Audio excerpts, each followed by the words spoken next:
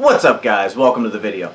So I don't really have to tell you guys this, but I'm filming the intro after I film the whole rest of the video because when I filmed the intro this morning, everything I filmed and said in the intro didn't happen. I talked about potentially getting a new lifting partner, but that fell through. Not his fault. It's 100% cool.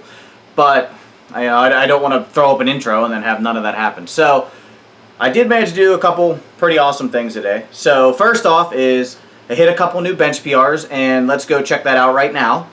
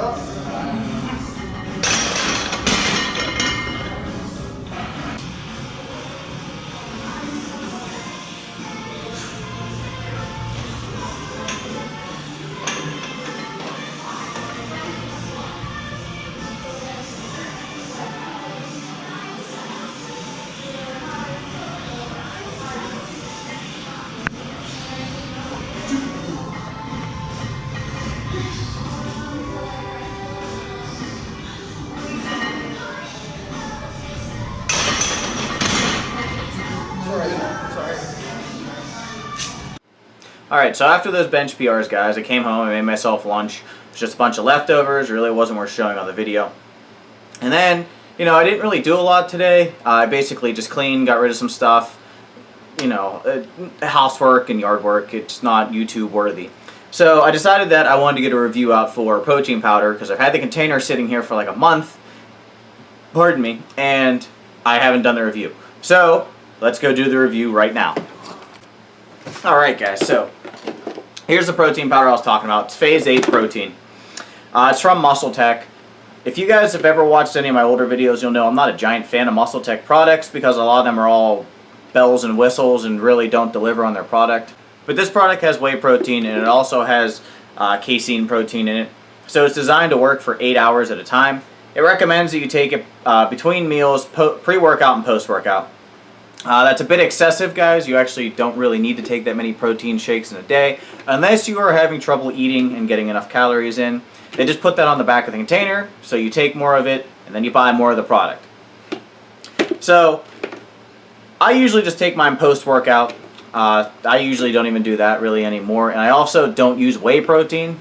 I believe that a lot of you guys, if you tried different kinds of protein, specifically pea protein, granted pea protein normally tastes like dirt, but there are a couple good tasting ones out there. You'll notice a difference in digestion, and if you guys have heard of the term protein farts, it's because basically the whey protein is slowing down digestion and gas is building up basically, and that's why you're farting so much.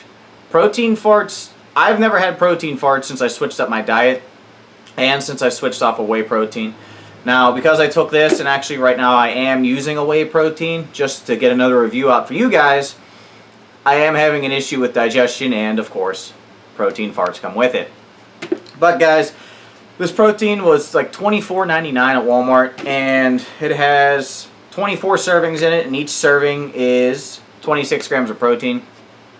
It's not too bad for your price. Like I said, if you're having trouble eating, 26 grams is about 4 ounces of chicken, maybe like 4.5. And then that cooks down to 4 ounces. So I mean, it's better to get your protein from whole food sources, but you need something quick and in a pinch. This is 26 grams. Toss it in some water, some milk. Toss it in some lactose-free milk. Then you're probably getting 40 or 50 grams of protein and getting close to your macros.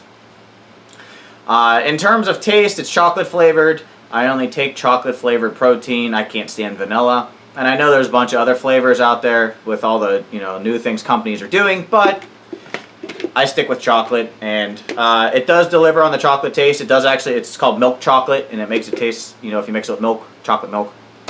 But the one major problem with this thing is unless you put more than enough liquid in it, it's very clumpy and hard to mix and stir.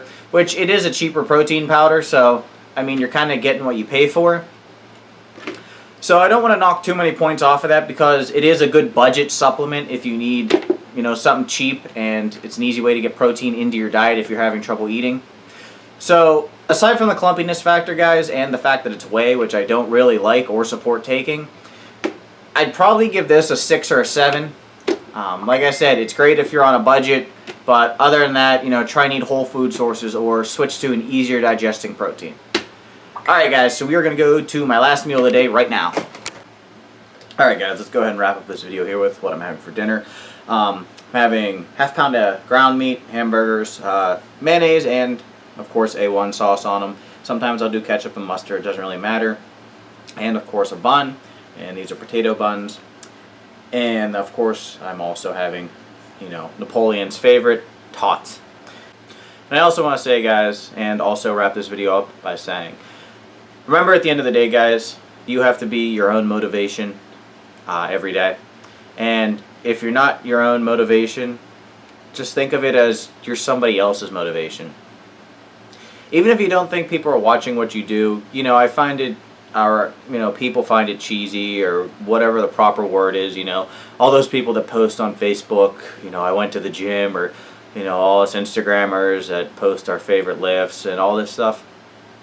And I'll admit, yeah, it is kind of cheesy and, you know, it does kind of get on people's nerves. But at the end of the day, guys, there's people who see those posts and see those things and they sit back and they think, you know, if so-and-so's doing it, then I can do this too.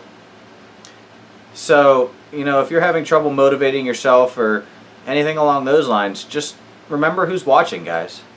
You know, you're someone's motivation at the end of the day. Maybe I'm motivating some of you guys to lead a healthier lifestyle or, you know, lift almost heavy weights like I do. So guys, it's going to conclude this video. Remember to comment, like, and subscribe. We got to grow the pound.